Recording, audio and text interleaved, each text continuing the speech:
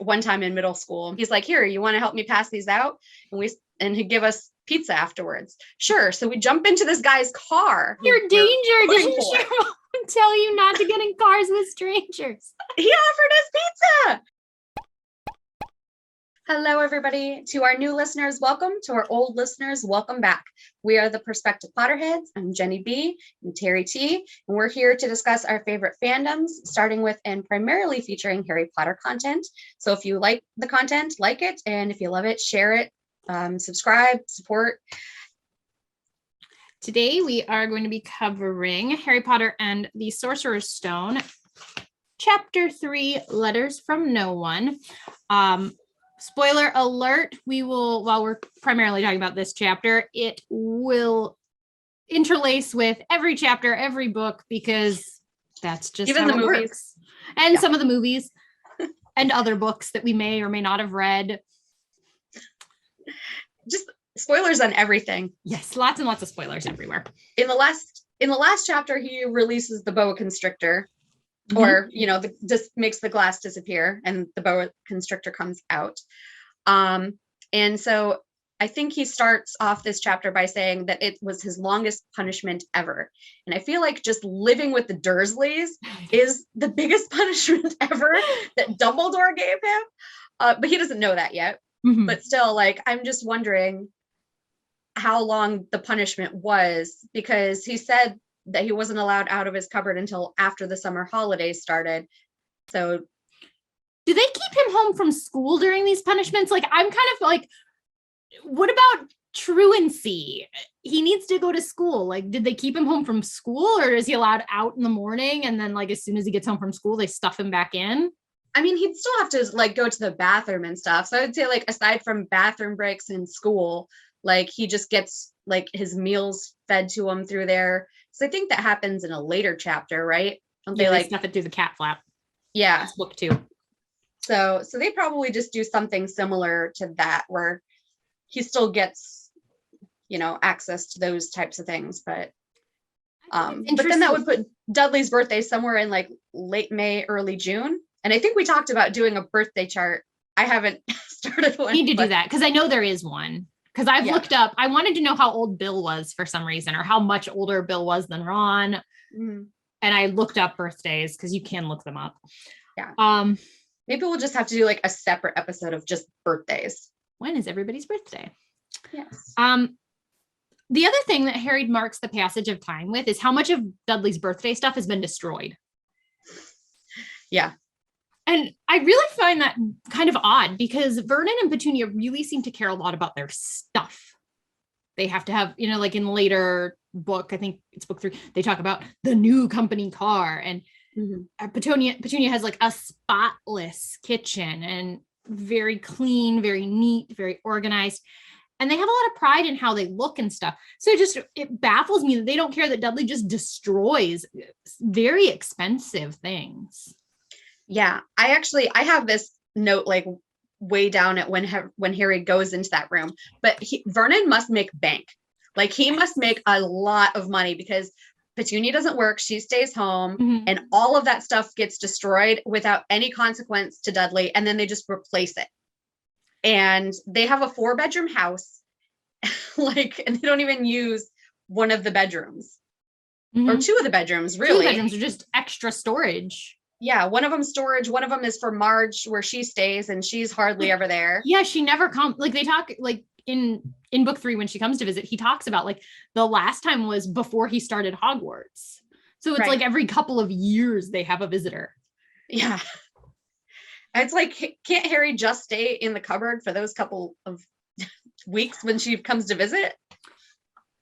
I mean, and imagine even that's a bit mean, but still keeping him in the cupboard forever is even and meaner. Leaving that room empty. I don't know. I think about the time it would take to, especially with the way Petunia is about her cleaning. I have a fairly small house, mm-hmm. Arguably very, very small for my family size.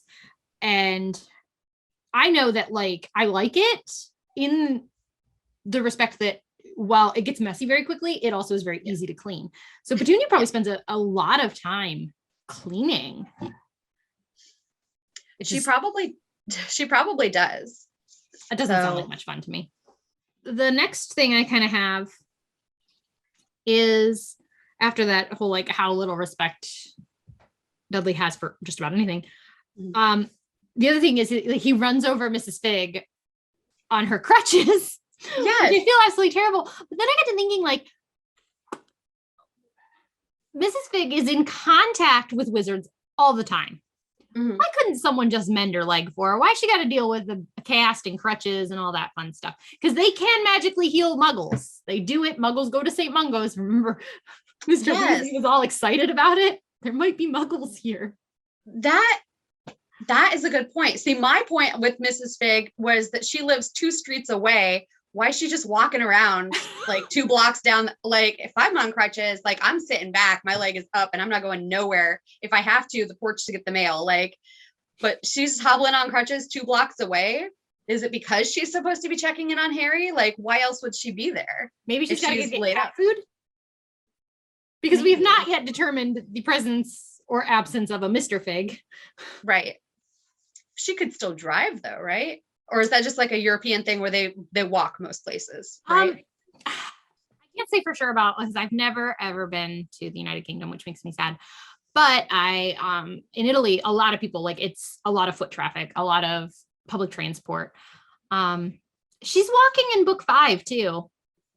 Does she have a car then? Maybe she doesn't. Maybe she doesn't. Because she probably grew up with wizards and driving a car doesn't seem to be like something most wizards would know how to do.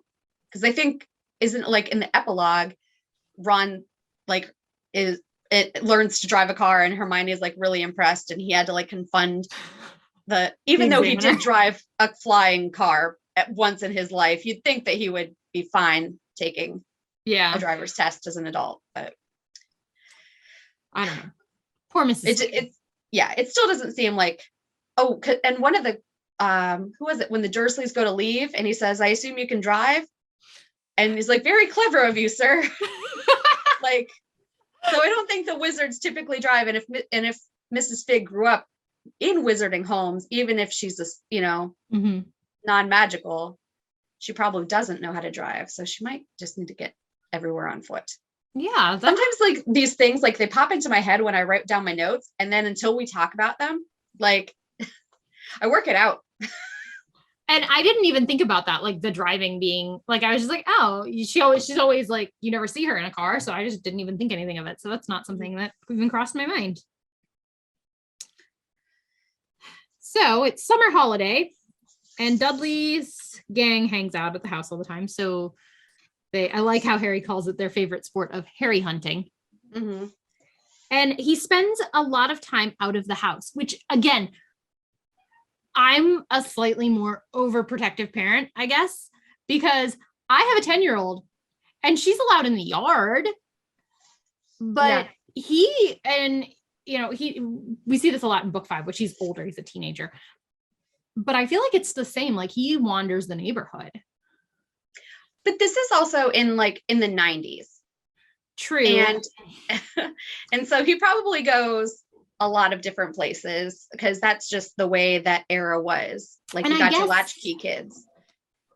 Being a kid in the 90s, he would I was not, my mom was again very conservative, very nervous. She didn't let us just wander, but like we lived in a neighborhood, an allotment area, and my friends that lived in the area were allowed to walk down the street and stuff. And I think as I got a little bit older, I was able to like walk to a friend's house as long as I called when I got there, that sort of thing.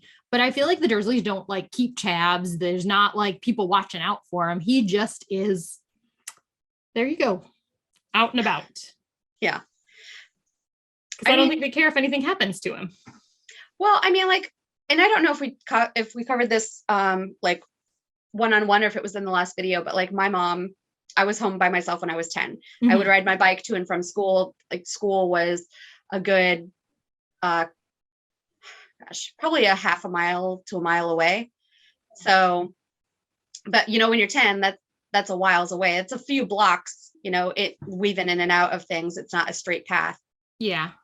So I don't know. I guess and they're all like 25-mile-per-hour roads. Everybody kind of knows everybody. It's a small town, but still, like, one time in middle school, this is a really big side note, but my friend and I were outside playing, and this guy is coming around with these, because my mom was working and I was home by myself, and this guy's passing out stuff for somebody to elect. I don't know if it was him running or if he was doing that on behalf of somebody, but he's like, here, you want to help me pass these out? And he'd give us pizza afterwards. Sure. So we jump into this guy's car, and we are just passing out, like, you know, we don't know. I don't remember who. Your danger. pushing Didn't for. your mom tell you not to get in cars with strangers? He offered us pizza. So then we end up going to Rainbow's Cafe afterwards. The guy is trying to parallel park, hits the cars, I swear, on both sides. Like, that was what scared us, was that he was a bad driver. Oh my god. Like, no, like, we ate the pizza, he dropped us off at my house, no harm, no foul. And like, looking back on it, I'm like, oh my God, I can't believe I did that. And my friend, like, she was right there with me. Neither one of us, no alarm bells went off. We just had, like, this guy is cool. He had good vibes. Kids, don't do that. No, don't do that. Don't do that. We're not in the 90s anymore. No, And honestly, in the 90s, that was dangerous too. Yes, it was. I don't know. I guess I grew up very, and it was funny because I said something about not going out, you know, because I have kids and I'm a homebody anyway. And I made the comment about the last time I'd been in a bar to my babysitter, and it was a scary experience for me. I was actually out with my dad, my then fiance, now husband, and I had been fighting. So my dad took me out to dinner and took me out for a drink, because that's what you do when you're having a fight. And I remember being scared at this particular bar. It's a seedier bar. And I was scared, and I was glad I was with my dad. And I told my babysitter the story, and she's like, you've lived a very sheltered life. And I'm like, yeah, I have. So I just can't imagine, like, my 10-year-old can just go wander the neighborhood. Even in the 90s, like, my friends were allowed to do that. I was not. I could ride my bike in a little circle, the turnaround around in the front of our house. Like, I was not allowed to go. And I could walk 2 houses down to one neighbor's. I was allowed to walk across the street to, I think I was 12, when I was 12, to walk across the street to babysit the 2 little boys that lived across the street. But I wasn't, like, beyond my little, like, square, because we lived on the corner. Beyond that, I wasn't allowed anywhere. Oh, so just, I don't know. Sorry. I think the Dursleys hope Harry gets kidnapped. Maybe, but if that was the case, then they would just let him go to Hogwarts, right? Because at least then he'd be safe, but away. And they really try to keep him from going. Yeah, but I think that's because they don't want him to be a wizard. I think they're just hoping someone will, like, steal him away and they won't have to deal with it anymore. I don't know. To me, it's tomato. I think it's just a product of the 90s, and that's just what he did. Because Dudley is also, in later books, like, he's kind of allowed to run around. So I think you're right. Like, I think there isn't that intense fear. It seems to be a pretty safe neighborhood that they live in and stuff. So, and I'm gathering, them just guessing, because the friends are all right there, that they all live in that area. Yeah. I think we start to see Harry's first sass.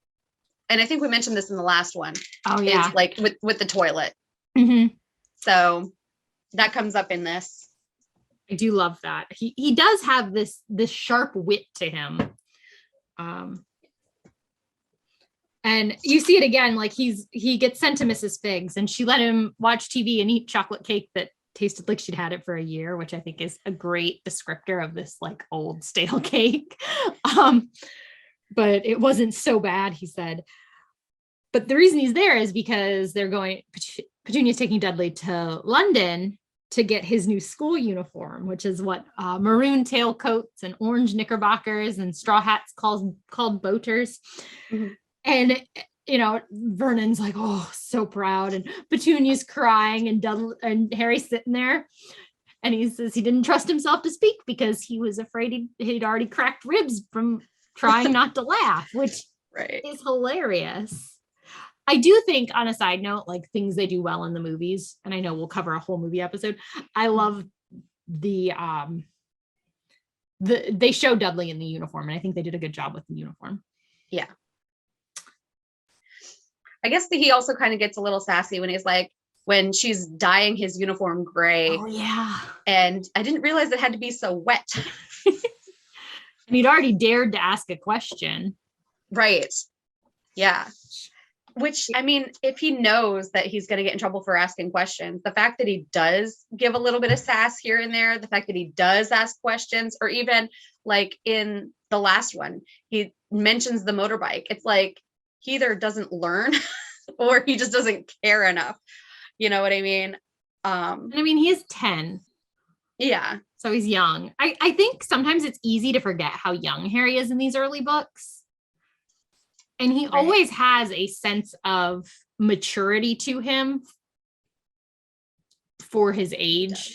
Like he even says, like in the last book when they're discussing like Dumbledore, and he's like, and they're like, he was really young, and he's like, he's the same age we are now, and look at what we're doing. And you know, he is very mature for his age. Yeah. But he is only 10. So now we're getting to the letters, which is some of this is my favorite. Like I love the idea that these are being sent by McGonagall.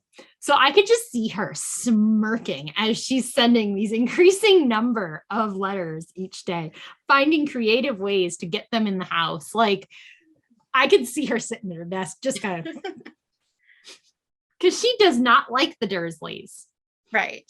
But at some point, if she wants him to get his letter, like she's letting them slip through the cracks of the doors and in the chicken eggs, like just put one under his pillow, slide one in through his window, something where he can actually get it and read his letter. But for whatever reason, I guess the letters are not allowed to be upstairs. Like, I think, but even then he's in his cupboard for the first, well, he's only in his cupboard the first day. Right. I also think in the end, they know they're going to have to send someone. I think in one of the later books, doesn't Hermione say that that McGonagall or somebody went to them? Like that there's always a teacher who goes and explains this to the Muggle families. And if you think about it, like Dumbledore went to Riddle. Yeah.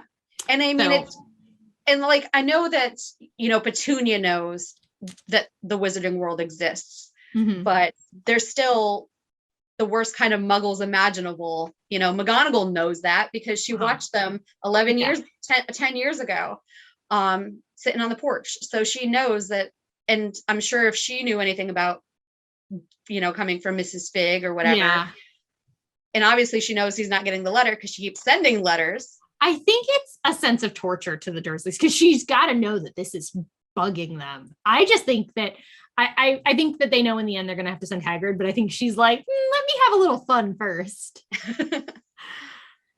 Maybe. I honestly, I can see that. And again, I know I mentioned last time, we talked about the colors. Yes. And when he gets the letter, he notices that it's addressed in this emerald green ink. You know, you see these very vibrant colors coming up. The other thing with this is, I think, the beginning of like a major culture shock for Dudley, because he wants that letter. And instead of getting that letter, he gets thrown from the room, like bodily thrown from the room by his father. Yeah. And, you know, they don't, he's kind of like, what's happening? I can't have what I want. Petunia is shocked. Like when it says when he shows her or something like that. I don't know, somewhere on page 35 here. But he gasps and then he shows it and she's like, oh my goodness, like as if they didn't know. Yeah, like he just set a boa constrictor free. Like you didn't know he was going to get a letter. They know he's done magic.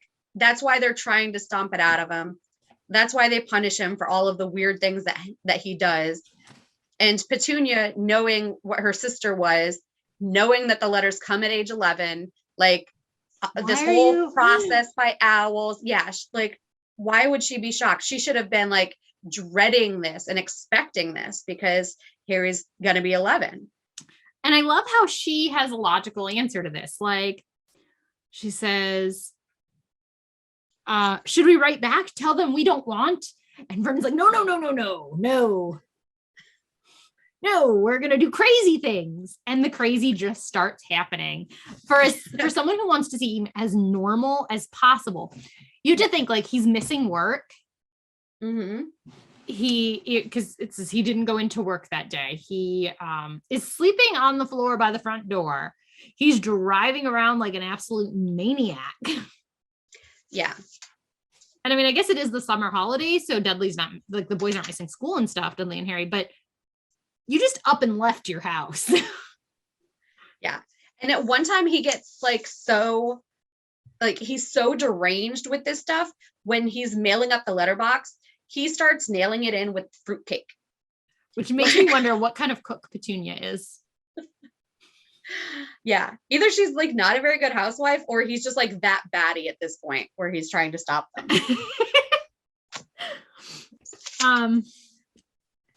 In and amongst all the crazy, I just have one kind of side note. Everything else kind of goes along with the whole them getting more and more letters and Vernon getting more and more agitated and all that. But I do have the note that like Uncle Vernon visited Harry in his cupboard, and Harry's like astonished. Right. It's like the first time ever, right?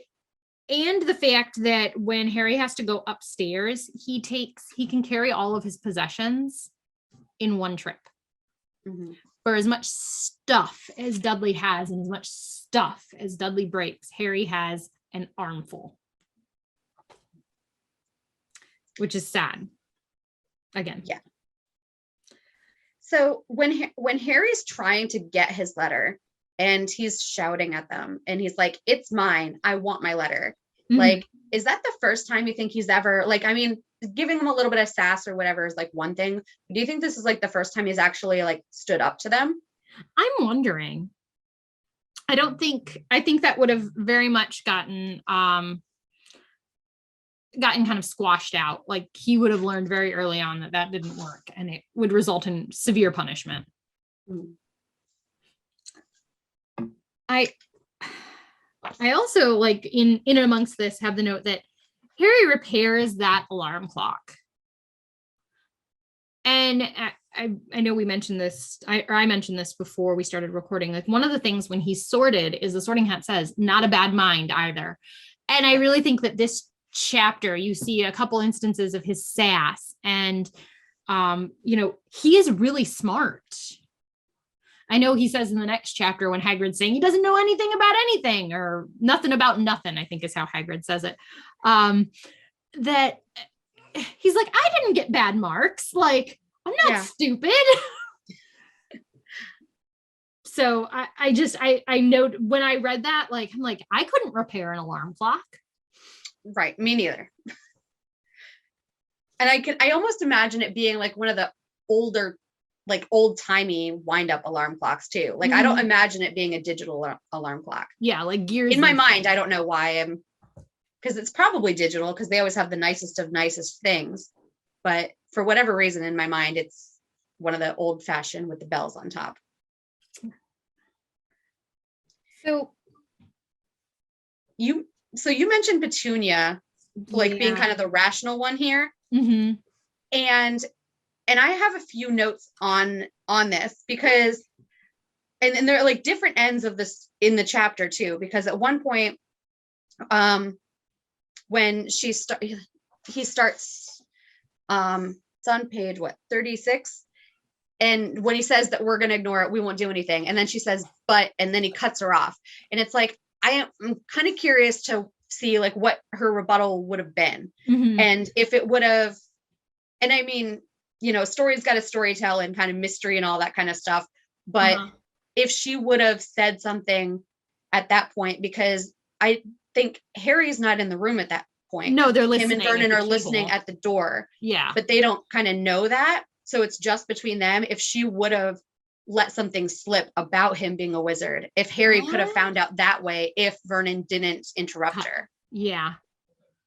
But again, story's got a story. So obviously he cuts her off, but it just like, what was she gonna say? And the other thing, like, he cuts her off, and she just allows that. I have a little bit further down when, they start talking about like on 3 letters appeared on day 3, and he's nailing up the letter slot and around the door and all of that. And he's like, she even says, "I'm not sure that'll work, Vernon." So even she's going, I think he's a little crazy. He just brushes off her opinion on any of this. Just kind of. And sorry, you can finish that if you had more. No, that was like, okay. Like when it gets later and he gets crazier and crazier into it, I think it's on like page 43. It meant like she asks him something timidly, and she's obviously kind of afraid of him at this point. And I think that because she doesn't really push the subject too far every time, she just asks a question like one time, "Okay, I tried, stop." And then a few days later go by, like, "Okay, I tried." And then she backs off again. Like she is afraid to push her boundaries with him. Like she is afraid to express her and communicate with him. And I just don't know if then it kind of made me think, like, does she really fear him? And did she actually really want to marry him to begin with? Because I know we talked a little bit about this in the first video about, I don't remember, one of the previous videos. How did she find Vernon and that sort of stuff? I don't know. I wonder, because his immediate reaction when Dudley isn't listening is he hits Dudley. Yeah. And I know that there's allusions to him physically abusing Harry. Yeah. And the fact that he would hit his precious Dudley makes me wonder, like, has he hit Petunia? Especially like, she's not going to push the issue, even when she knows blatantly, like, I know if my husband said, "We're going to get in this little rowboat, there's a storm forecast, look at that hut up there, that's where we're going to go stay," I'm going to be like, "Bye, crazy, love you, but bye." Right. So I'm wondering, like, why, like, I almost feel like she was compelled to marry him, or like rushed into the relationship and rushed into the marriage. And the only thing I can think to see about why she might do something like that is because she's always felt in competition with Lily. Mm-hmm. And if Lily was dating James and things got serious, then she would have to one up her. She'd have to get married first. She'd have to have the kid first. And then I think, because Dudley is an only child, and is that because she realized what a mistake it was after the fact? And so then she's just like, we're done? Or is it because like Harry came along and they're like, "Oh no, we can't have any more kids because there's a wizard living with us now"? I don't know. That's an interesting, I kind of made the note, like, with the Harry Potter characters, there were a lot of only children. And I don't know, I know, just side note on population, Europe in general, and I don't know statistics, but I just know that, like, in general, they're seeing a slight population decline, smaller family sizes. I'm fighting against small family sizes. I think I heard a theory about there being less kids because of the Wizarding Wars. So Voldemort was killing a lot of people that age. So like Lily and James didn't have the chance to reproduce more kids because they were killed. Yeah. And like Neville's parents were driven to insanity. And like the other thing, like people that would have had children, like arguably both. So they talk about the Pruitts, and that's Molly's maiden name. So I think those were I'm pretty sure that those were her brothers when they talk about the Pruitts that were murdered. Mm-hmm. They would have arguably been able to have, been of the age to have children. Yeah. And were murdered. Like there was a big loss of life. So that also could contribute to that. Yeah. Or just, I think, like, out of the stress of war, the stress of war, who wants to be making love during that? I don't know. But you think about it, the boys, out of the 5 boys, Harry's an only, Neville's an only. Seamus, I believe, is an only. The only thing, he doesn't talk about siblings. He talks about a cousin. Mm-hmm. Dean has sisters. They mention that in 7. And Ron, of course. Yeah. I like the Weasleys. My mom actually intentionally started, because we never have had a super nice dining set or anything like that, because there's lots of us. And well, when you have lots of kids, there's not a lot of money. I really, really can identify with that Weasley family growing up. But it was always a fun, warm and welcome, inviting place. My mom always had lots of food. my friends were welcome anytime, whenever, come on in. So, but when we started reading Harry Potter's, she thought it was eclectic. So she has different chairs and she's collected just like a random chair here and there. So none of our chairs match. She likes that idea. She also very much embraced that Weasley household. Although she definitely would be Mr. Weasley. I could see her being the wizard that has a muggle obsession because I love my mom. She's my best friend and she's crazy. Aww, in a good way. But that was a little bit of a rabbit hole. I don't even know where we're at. Oh yeah, letters. So this whole book or this whole chapter is letters. So I like that and I just made a note, like on Friday, there were 12 letters. On Saturday, there were 24 letters. And on Sunday, there's no post on Sunday. And I'm sitting there all happy. And I mean, streams of letters down the chimney. Mm-hmm. And this is where he gets real crazy. We're going away. Pack some clothes. Get in the car. And I think this is again where he says Dudley was sniffing in the back seat. His father had hit him round the head for holding them up while he tried to pack his television, VCR, and computer in his sports bag. He'd hit Dudley around the head. Like, he didn't just like give him a spank. He smacked him in the head. Yeah. It's weird that they refer to this magic as the dangerous nonsense. And yet he's the one who's being really violent right now. Mm-hmm. So, and I don't know if it's like, if when they say dangerous nonsense, if they think that just wizards in general are dangerous because they're different, or if because it actually has to do with Lily and James being killed in the war. And I don't know how much they know of the war. I don't know what was put in that letter. Like, I don't know. How do you fit all of this in a letter? Yeah. Even with that, I think it's a difference thing because they can't tolerate anything that's strange. You know, they didn't approve of imagining things. Right. Yeah. I also like with this, even Aunt Petunia didn't dare ask where they were going. So like there is, I kind of see us building a case on him not being super nice to Petunia all the time either. Right. So it's back to the letters. So they get to this dodgy hotel and, they get up, they're having breakfast and, excuse me, but is one of you Mr. H. Potter? Only I got about 100 of these at the front desk. Like, so we're going to send them to the hotel. Imagine like, they're so afraid of anybody like thinking they're nuts or crazy or weird or anything. And then 100 of these letters pop up at the hotel. They really don't do a good job of being normal. Like, and I know we keep mentioning it because it pops up so many times that it's like, as much as they want to be normal, their overreactions are making them abnormal. And I think at one point, like it says Dudley had driven over the next door neighbor's dog in his tank. I don't know how big this toy tank is, but that must have hurt the dog. And like the neighbors cannot think kindly of these people. Like there's no way they get along with any of their neighbors. No. And yet they think they're fitting in. I think there's some level of being oblivious because they won't admit that Dudley is a bully. They won't admit that he is not doing well in school. Mm-hmm. So the mail comes early. Like, yes, that's one of my notes I have. Like, I just noticed it snuck in between all this stuff. But like, Harry repairs his alarm and sets it for like 6 o'clock the next morning.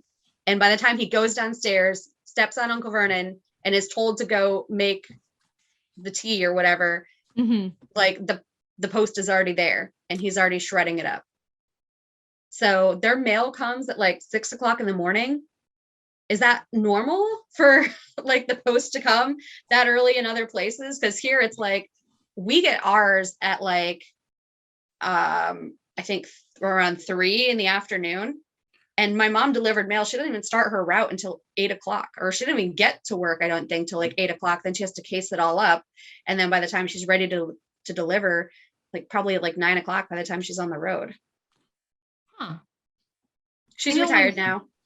I When know she's like excited about that, but still. when I was little, we used to get our mail fairly early, like 9:30 in the morning. Like the mail was there. Where I live now, we don't get it until some days it's like 11, some days it's like 1. And I know that they're probably dealing with staffing issues just like everybody else. So I'm sure that So it also depends on how much mail there is, like, and how much they have to case. And on Tuesdays is usually when they get like those flyers that everybody always gets in the mail. Mhm. And depends on how many packages, what time of the year it is, because Christmas is always extra busy with cards and stuff like that as well. And then sometimes they do counts to see like how much mail is coming through, and you want your route to be longer on those times because then you get paid more. Huh. So Interesting insight And- into and- the postal service. yeah. And it also depends on like where you live on the route that is plotted out for you, because obviously if you live closer to where the route starts, you get your mail first, and then if you live at the opposite end of it, kind of like how the bus system works. So Interesting. yeah. I don't know. And my mom's probably going to comment on this because I'm sure I got some sort of clerical thing wrong on that, and she'll be like commenting, they're called red plums or something like that. She'll get technical in the comments, I'm sure. I think it's great. We've included both of our moms in on this one today. Yes. I do like that Dudley Dudley makes the comment that Daddy's gone mad, hasn't he? Yeah.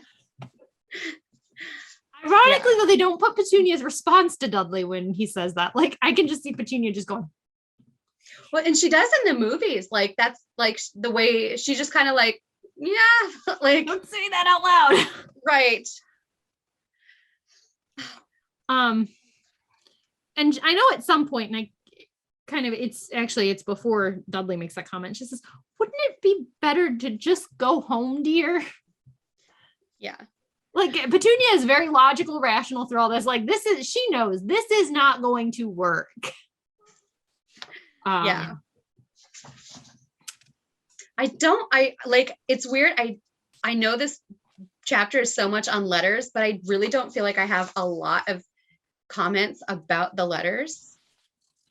I had a really obscure note in here because he hums Tiptoe Through the Tulips, which I don't know how familiar you are with that song, but I've Googled it once before, and because I love that song, it gets stuck in my head, and I wanted to just hear the original version. Have you ever heard the original version? No, I have not. He sings it very high pitched. Like, I don't even think I can go that high. So, I mean, I'm an alto, but like still, like he is up there. Tiptoe through the tulips. Oh my God. You might need to edit that out because, that's no, we're leaving my that singing. in. That was great. But still, like, it is like, do yourself a favor and Google it, and you'll see, like, and it's just kind of funny to imagine Vernon humming it. Although when I hum it, I sing it or hum it and sing it in like a tone that I can actually get to. But still, I don't know. That's just a very obscure note about random songs. Interesting. Now I can picture Vernon in this like super, super high voice. Humming Tiptoe Through the Tulips. So then I think the rest of the chapter is just them being horrible to Harry again. Like, yeah, he got a coat hanger for his birthday. Why did they give him birthday presents at all? I know, it just sounds so sad. Even when he goes away to Hogwarts, they send him Christmas presents. A toothpick. What? Why? Like, why bother? I wonder if they're somehow obligated to do it under that weird magic thing. No, because he doesn't get a birthday gift. He won't get one this year or ever. like from the Dursleys do not give him Yeah. birthday gifts moving forward. Okay. And I like how nobody even acknowledges that it's his birthday. Not in any of like that becomes a thing. Dudley sometimes does, only to rub it in his face that they ignore it. Yes. But Vernon and Petunia do not acknowledge Harry's birthday. And I don't think like he's not even at the Dursleys for his last couple of birthdays. Right. Yeah. I guess that's right. Still, it's just weird that they would give him gifts in general, even when he's younger, especially if they're going to ignore it. And it's also kind of weird that Dudley would remember. Like, I mean, I know he's Anything to like be he does evil. it to rub it in his face, but still, like, to remember it at all. Like, there's got to be some sort of, because normally he just knows what day it is based off of what's on the television. I think it's interesting though that Harry is like, maybe I'll wake Dudley up just to be like, just to annoy him. And I'm like, you're probably gonna get punched. Why would you do that? Right. But like they're out in this hut on the rock with their 4 bananas and a bag of chips each. Yeah. Not the best of rations. That's what happens when you send the husbands shopping. I got us groceries. Here's some chips. No, and I mean, he's got to know that's not enough for Dudley. Right? That like 4 bananas and 4 bags of chips might satisfy Dudley, maybe, knowing his appetite. Like, and if they're like the small bags of chips, which I imagine them being like the individual, like small packs, not like the family packs. So that's not enough. Like, that's just not good food. I mean, I'm glad that he decided bananas because, you need some fruit in there, but probably the easiest to carry on the way out because it was all in one bunch. Yeah, probably. I think that it's interesting. Like, he's trying to start a fire with the chip bags and all they do is shrivel and smoke. And there's a storm forecast for tonight. Yay. I also think again, them being horrible to Harry. Like, here's a raggedy blanket. Go lay on the floor. Yeah. I love the countdown. Like that, even when I know what's coming, like the anticipation building up, it's like, I love it. And I just don't know why Hagrid has to wait till midnight. I know, but I love that he does like that sense of suspense. So I want to read this clip because this is just one of those times where I'm like, Rowling's writing style is just amazing and it leaves you with such a cliffhanger. And I can remember reading this for the first time. So you figure I'm reading this in choir class, so I'm probably getting through a couple good chapters and I'm just like, I cannot put it down. I cannot put this down because by the time you get here, so we're I'm going to read this whole like last little block starting with the 5 minutes. Okay. 5 minutes to go. Harry heard something creak outside. He hoped the roof wasn't going to fall in, although he might be warmer if it did. 4 minutes to go. Maybe the house in Privet Drive would be so full of letters when they got back that he'd be able to steal one somehow. 3 minutes to go. Was that the sea slapping hard on the rock like that? And 2 minutes to go. What was that funny crunching noise? Was the rock crumbling into the sea? 1 minute to go. And he'd be 11. 30 seconds. 20. 10. 9. Maybe he'd wake Dudley up just to annoy him. 3, 2, 1. Boom. The whole shack shivered, and Harry sat bolt upright, staring at the door. Someone was outside, knocking to come in. Like, yeah. I can't wait to read the next chapter. Like, I know. But who also knocks just once? Boom. Boom. Boom. And you can see Hagrid with his big fist just boom. But Hagrid's such a gentle soul. He's such a gentle soul. Like you'd think he'd probably do like the I don't know if that came through on the audio. Yeah, I heard it. That okay. But yeah, like I just like No, this is why these books. So, like, full disclosure, when I was reading these, the first couple of times I read them, I would get so engrossed in them. And I was responsible a lot of times for babysitting my younger siblings. My mom would take them to work with her. So I couldn't read because she was afraid I was going to read the books and ignore my sisters. And then I got smart. We had a couch that had these, the cushions on the top, like the back of it, like flipped up. Yeah. So I would hide the book in the flap of the cushions on the couch. And I'd be like, I don't know where my book is, Mom. I don't know where my book is. So she couldn't take it to work with her. It was bad. And then you would read while instead of watching your sisters. Oh yeah. I put a cartoon on for them, plopped on the couch, read my book. Nobody died. We were fine. I fed them. I think. I was usually pretty good about making sure they were fed and cared for. They just maybe didn't have quite the level of supervision they probably needed. Especially number 4. She was a bit of a we love her. She was an engaging and interesting toddler for sure. And she would have been toddler age when these were coming out. They made it out alive. Yeah. So we might not, we all wondered whether we would survive that one being a toddler, but we did. She was fun. She hid on a shelf in the middle of the night and was giggling while we tore the house up searching for her. We could hear her giggling. And she had climbed up onto the washer and up onto the shelves above the washer. Oh, wow. And was curled up on this shelf, just giggling. Because who's going to think to look for the 3-year-old on the shelf? Right. And that's a much better hiding place than what I've done, because my mom and my aunt will never let me live this down. When I was 4, I hid underneath a glass table. Interesting. We were playing hide and seek, and apparently it was the funniest thing, me just laying there looking up at them smiling.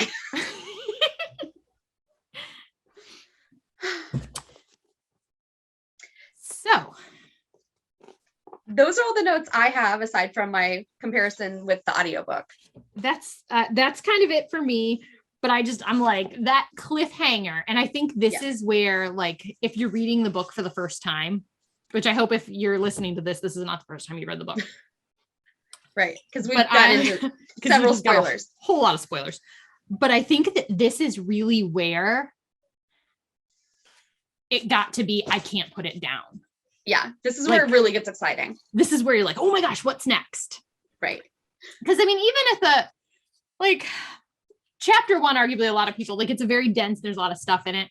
It's not the most gripping of things. Chapter 2, nobody likes to disagree with Dudley's gang. Yeah. And he's just sitting there in his cupboard, kind of morose. And I mean, you're kind of interested because, like, how's he jumping on buildings and setting loose a boa constrictor? But this is the chapter where it's like, it gets the magic starts. The magic really starts. So. It's like, because Harry tries to explain all of the other stuff away. Like, oh yeah, that stuff, it just happens. But like this, it's like, you can't explain this away. Somebody's trying to reach you in all of these really weird and bizarre ways that nobody can explain. Like, come on, start believing in magic, kid. Exactly. So comparison to the audiobook, I'm interested to hear this. So some of the words, again, some of them repeat, like the Cinecam, video cam. When they talk about the schools, that's a big chunk. Like, he had a place and versus had been accepted in the books. And Uncle Vernon's old school versus old private school, comprehensive versus public school, letterbox versus mail slot, post versus mail. Although in the books, they do say no post on Sundays. So, and it's just weird because if you're going to have them talk about the post, just keep it post. Like, I hate it when they flip-flop. Yeah. And we know what it is. Interesting. And I think you'll see this. And I think I've made the comment, because my audiobooks are Jim Dale reading the American versions.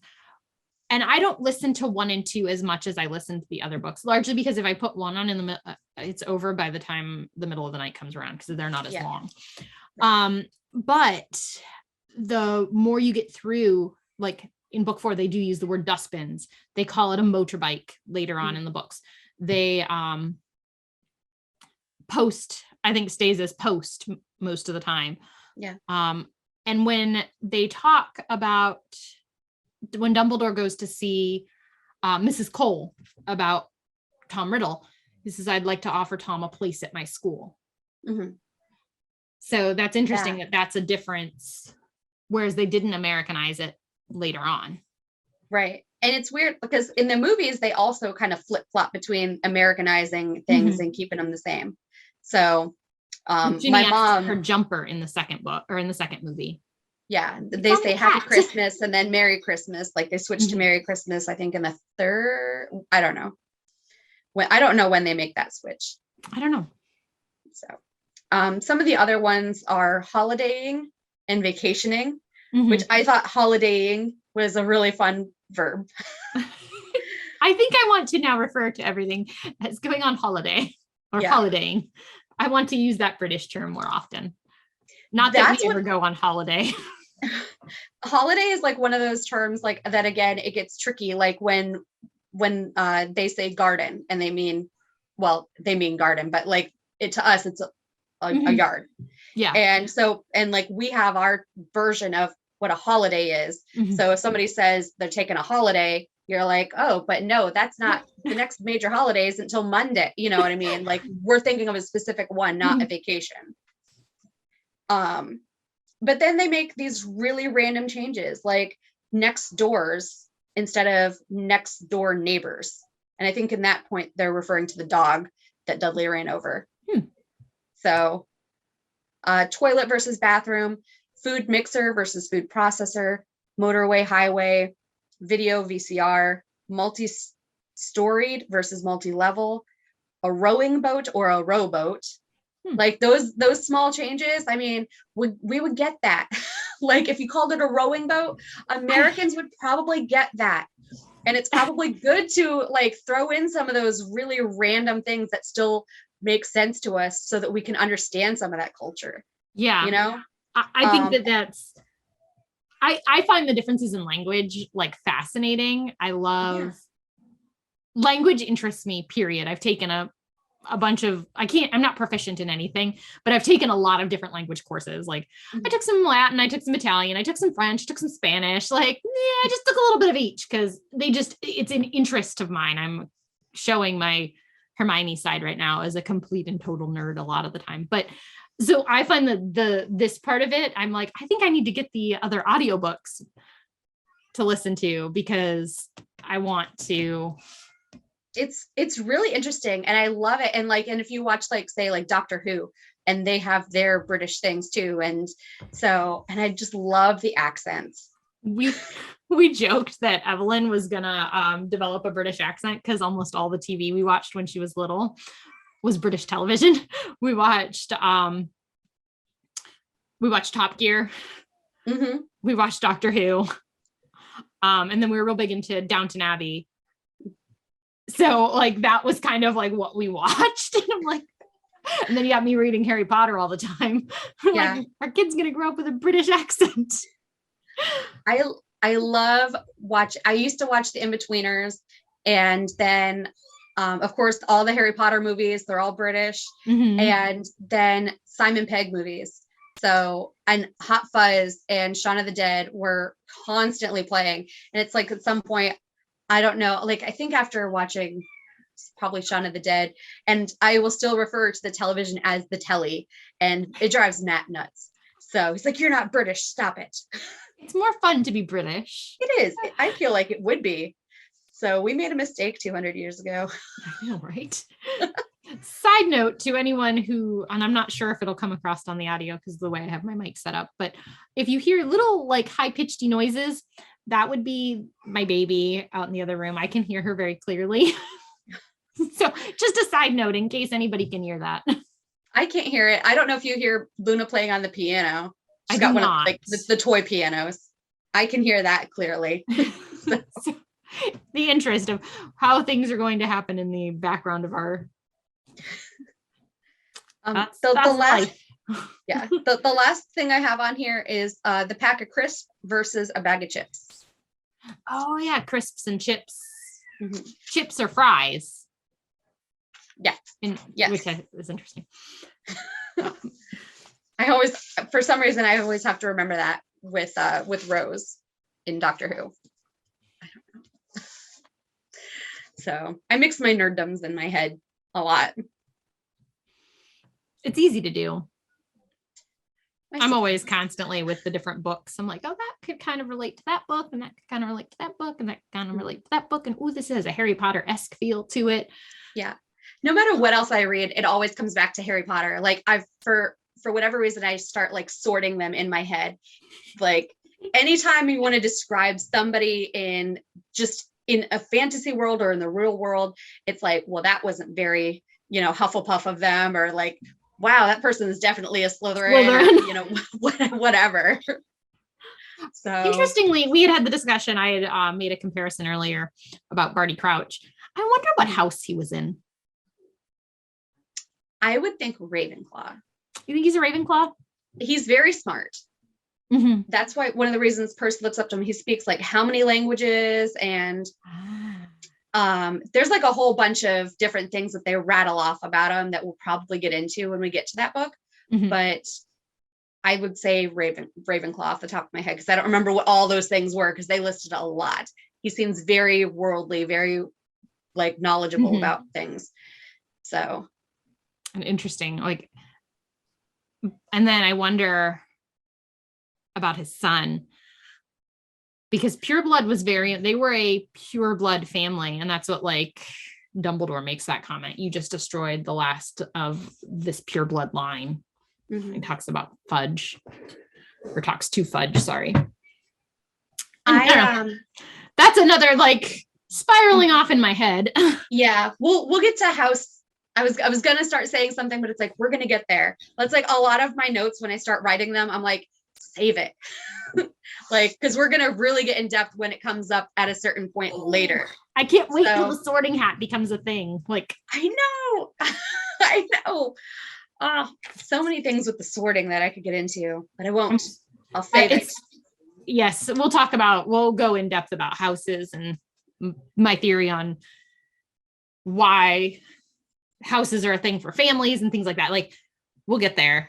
Yeah. Side note, my oldest will be 11 this year, and she'll get to create her account and get sorted. That's exciting.